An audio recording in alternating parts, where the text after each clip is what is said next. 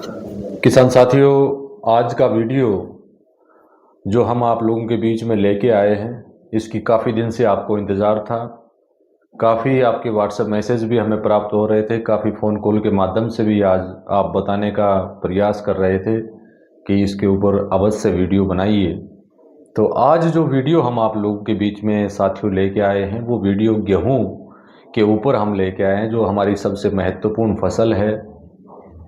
यानी जो भी किसान साथी हैं, आज के मायने में अगर बात करें, जो भी साथी हमसे जुड़े हुए हैं, वो मुख्य रूप से गेहूं की फसल अवश्य करते हैं। तो आज उसी विषय पर जानकारी हम आप लोगों को देंगे।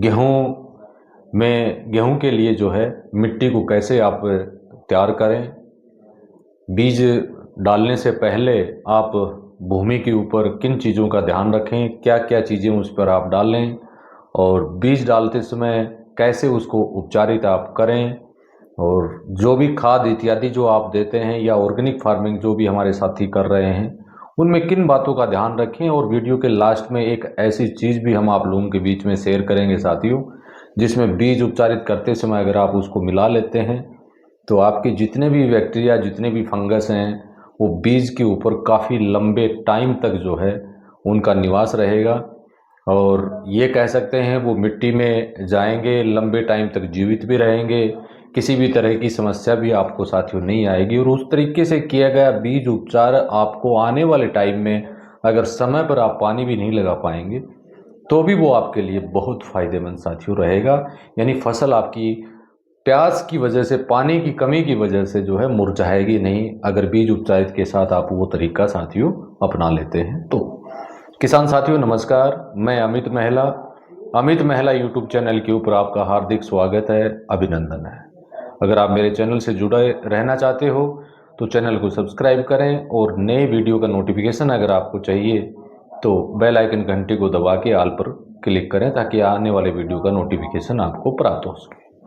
किसान साथियों, सबसे पहले भूमि यानी मिट्टी की तैयारी के ऊपर हम आप लोगों के बीच में बातचीत कर लेते हैं, क्योंकि आप जो भी किसान साथी गेहूं की बुआई करेंगे, उसमें किसी ने बाजरा लगाया हुआ था, किसी ने कॉटन लगाया हुआ था, किसी ने धान लगाया हुआ था, और जो भी मिट्टी आपकी जैसी भी आपके पास थी, यानी उसको आपने हैरो, रोटावेटर इत्यादि के माध्यम से जो भी गहरी जुताई इत्यादि जो भी आपने की है, वो एक अच्छा तरीका आपने अपनाया होगा अपने हिसाब से।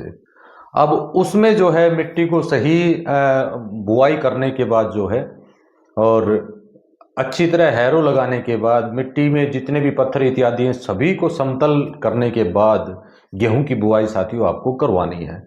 तो गेहूं की बिजाई करवाने से पहले आपके पास जो भी उत्पाद अवेलेबल हैं, जैसे NWDC आपके पास है, OWDC आपके पास है, वाम आपके पास है, ट्राइको आपके पास है, NPK आपके पास है, इन सभी का मिश्रण बना के, सभी का इकट्ठा आप करके 1000 से 2000 3000 लीटर जो है, या तो पानी के साथ में प्रति एकड़ आप चलाने का काम करें। अगर पानी के साथ आप नहीं चला पाते हैं तो उसको जो है फोलियर स्प्रे की मशीन में डाल के 100% जो है आप छिड़काव करवा दीजिए, और उसके बाद बीज आपको उसमें बुआई करवाना है।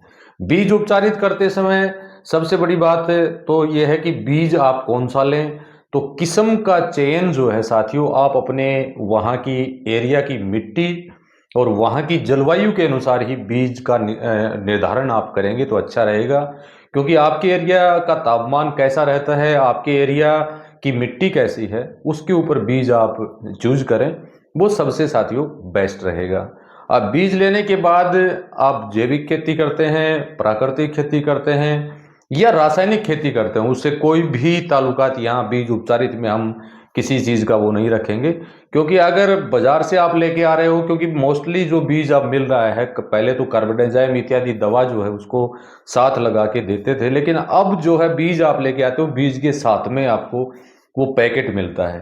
तो उस पैकेट को तो आप एक कोने में छोड़ दीजिए, चाहे आप रासायनिक खेती कर रहे हो, चाहे आप जैविक खेती कर रहे हो। और आपको जो है NPK, OWDC, NWDC और वाम और ट्राइको, ये चीजें आपको लेनी है। इसमें मान लीजिए आपके पास NPK नहीं है, आपके पास NWDC नहीं है, तो सबसे जरूरी जो चीजें हैं वो आप अवश्य लें। एक तो OWDC आपको लेना है, दूसरा जो है आपको वाम अवश्य लेना है ताकि जड़ों में ग्रोथ हो। OWDC इसलिए लेना है क्योंकि उसके अंदर एजोवेक्टर, PSP इत्यादि अवेलेबल हैं। तो वो पौधा जब बीज जब अंकुरित करेगा तो उसको तो कुछ तत्वों की आवश्यकता होगी, वो वहां से पूर्ति कर लेगा, कुछ जमीन से लेगा, कुछ वो जो बैक्टीरिया आप उसमें डालोगे उससे प्राप्त हो जाएगा। तीसरा जो है सबसे जरूरी आपके लिए है ट्राइको DKC को अवश्य आप लें साथियों। इन सभी का घोल आपको बनाना है और सभी का घोल बनाने के बाद जितना बीज आपके पास है सम मात्रा में आप लीजिए, 100% आप लीजिए। इसके अंदर किसी भी तरह का जो है पानी इत्यादि आपको मिलाने की साथियों आवश्यकता नहीं है। घोल 30 दिन के आसपास का होना चाहिए। अगर NPK NWDC है तो वो भी आप साथ मिला लेंगे तो वो आपके लिए साथियों प्लस पॉइंट रहेगा। सबसे बेस्ट जो है वो प्लस पॉइंट आपके लिए यही रहेगा। अगर उसको साथ में अगर आपके पास NWDC NPK है तो वो आप साथ में मिला लेते हैं तो बहुत फायदा साथियों इससे आपको मिलेगा। इसमें बीज की जो बुआई का जो सही उपयुक्त समय अगर कह सकते हैं हम, तो नवंबर का पूरा माह जो है आप गेहूं की बिजाई साथियों कर सकते हैं। क्योंकि हम तो हमारे हरियाणा राजस्थान की अगर बात करें तो 10 नवंबर के बाद जो है गेहूं की बिजाई स्टार्ट हो जाती है, तो लास्ट तक चलेगी। बल्कि कुछ साथी तो दिसंबर माह में भी गेहूं की बिजाई करेंगे। तो वो आप अपने वहाँ की जलवायु और वहाँ की जो मिट्टी है उसके अनुसार आप अपने गेहूं की बुआई आपको साथियों करवानी है। यानी सबसे पहले तो बीज सही आप लें जहां से भी आप लेते हैं। दूसरा, भूमि को अच्छी तरह तैयार आप करें और मिट्टी तैयार करते समय लास्ट जो आप जुताई करते हैं, सुहागा इत्यादि जो भी आप उसके ऊपर लगाते हैं, पानी के साथ में अगर OWDC NWDC वाम इत्यादि का उपयोग अगर आपने नहीं किया है तो 100%, 1000 लीटर, 1200 लीटर, 700 लीटर, 800 लीटर जितना आप दे पाएं सभी का मिला के प्रति एकड़ डालने का साथियों काम आपको करना है। इसमें जो है सबसे जरूरी चीज आपको जो ध्यान देनी है, इक्को फंगी का ना तो बीज उपचारित से कोई फायदा है और ना ही इन अन्य उत्पाद के साथ डालने में आपको कोई बेनिफिट साथियों मिलने वाला है। तो इक्को फंगी को आप साइड कीजिए अभी के लिए। अभी हमें इक्को फंगी की कोई भी आवश्यकता नहीं है और पहले इसके ऊपर हम वीडियो बना के आप लोगों को बता चुके हैं कि इन उत्पादों के साथ इक्को फंगी का उपयोग आपको बिल्कुल नहीं करना है अगर इन सभी सॉल्यूशन का सही बेनिफिट आपको साथियों उठाना है। क्योंकि उसके ऊपर वीडियो में सारी चर्चाएं हम पहले ही ऑलरेडी आप लोगों के बीच में कर चुके हैं। 7 से 10 दिन का गैप आपको इसमें रखना है। ये सारी चीजें आपने की, सारा सॉल्यूशन आपने तैयार कर लिया। अब लास्ट में जो सबसे महत्वपूर्ण टॉपिक जो साथियों यहां पर बचता है वो ये बचता है कि आपके पास NPK भी है, OWDC भी है, NWDC भी है, वाम है, ट्राइको है। वैसे तो इससे बीज उपचारित करेंगे तो 100% बीज आपका अंकुरण होगा। लेकिन अगर आप इसके साथ में जो गोंद कतीरा के बारे में अगर आपने कभी सुना हो, गोंद कतीरा के बारे में अगर सुना हो, ना सुना हो तो गूगल पर आप सर्च कर लीजिए। गोंद कतीरा का भी सॉल्यूशन आप इन सभी के साथ में साथियों मिलाने का काम आप करें। उससे सबसे अच्छा फायदा ये होगा कि आपके बीज के ऊपर हमारे बैक्टीरिया फंगस का निवास तो लंबे टाइम तक रह ही रहेगा।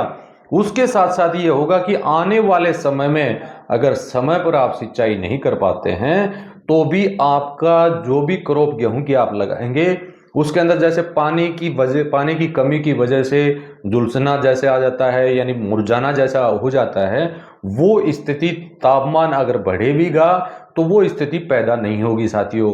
क्योंकि आप अच्छी तरह जानते हैं कि गोंद कतीरा जो है, जितना गोंद कतीरा है वो अपने वजन से 100 गुना ज्यादा जो है पानी को अपने अंदर सोखने की अक्षमता साथियों रखता है। अगर आप मान लीजिए आप के पास 1 क्विंटल बीज के आसपास गेहूं का बीज है या 50 किलो बीज के आसपास गेहूं है तो 100 ग्राम या 200 ग्राम जो है गोंद कतीरा बाजार से आप ले आइए और कल जैसे बीज उपचारित आपको करना है तो रात को उसको 1 लीटर पानी में डाल के आप छोड़ दीजिए। चाहे 100 ग्राम ले लीजिए, चाहे 200 ग्राम आप ले लीजिए और फिर अगले दिन जब बीज उपचारित आप करें तब उसमें वो गोंद कतीरा वाला सॉल्यूशन जो है आपको साथियों मिला देना है। उससे मिलाएंगे तो जो भी हमारा फंगस है, जो भी हमारा बैक्टीरिया है, जिसको हम नंगी आंखों से तो देख नहीं सकते कि वो बीज पर है या नहीं है, लेकिन गोंद कतीरा अगर इसके अंदर आप साथियों मिला देते हैं तो एक तो उनकी जो उनको नमी चाहिए वो नमी गोंद कतीरा के माध्यम से मिल जाएगी बैक्टीरिया फंगस को। दूसरा, समय पर पानी ना लगाने की वजह से आपकी फसल में अगर मुरझाने जैसी स्थिति पैदा होती है तो साथियों वो नहीं होगी और वो गोंद कतीरा फसल के लास्ट तक जो है आपके लिए बहुत ज़्यादा साथियों फायदेमंद रहने वाला है। तो इस तरीके से बीज की बिजाई आप करवा दीजिए। जब बीज उपचारित सभी से आप कर लें, बीज को सूखने के लिए छोड़ दीजिए छांव में। 1 घंटा, 2 घंटा, 3 घंटा, 10 घंटे, 12 घंटे तक, 24 घंटे तक भी बीज आप लगा सकते हैं। बीज उपचारित करने के बाद 48 घंटे तक भी आप लगा सकते हैं, अगर गोंद की तरह इसमें साथियों आप ऐड करते हैं तो ये आज गेहूं के ऊपर सबसे जरूरी था। आने वाले टाइम में इसकी फंगसुअल समस्या जो है इत्यादि जो भी है उस पर हम चर्चाएं आपको कर लेंगे, क्योंकि गेहूं का पहला पानी जब आप लगाते हैं तो उस लगाने के बाद उसमें न्यूट्रिएंट भी आपको देना है। उसमें आपको जो हमारा यूप्रो डीकेसी है, गाढ़ा गौमूत्र है, उसका किस समय उपयोग करना है, ये वीडियो भी आने वाले टाइम में साथियों हम आप लोगों के बीच में डालने का काम करेंगे। उससे अपने अच्छी पैदावार साथियों आप ले सकते हैं। और बीज उपचारित अवश्य करें। बीज का चयन आप अपने वायुमंडल या जो भी आपके वहां पर तापमान है उसके अनुसार आप उसको निर्धारित करें। तो वीडियो को पूरा साथियों देखें। जहां तक मेरा मानना है वीडियो पूरा देख लेंगे तो किसी तरह की कोई समस्या साथियों आपको नहीं आएगी। वीडियो को ज़्यादा लंबा नहीं करूंगा। इसी के साथ मैं आपसे अनुमति लेना चाहूँगा। आने वाले टाइम में नए किसी जानकारी के साथ फिर हम साथियों आप लोगों के बीच में हाजिर होंगे। तब तक के लिए नमस्कार। जय हिंद, जय भारत।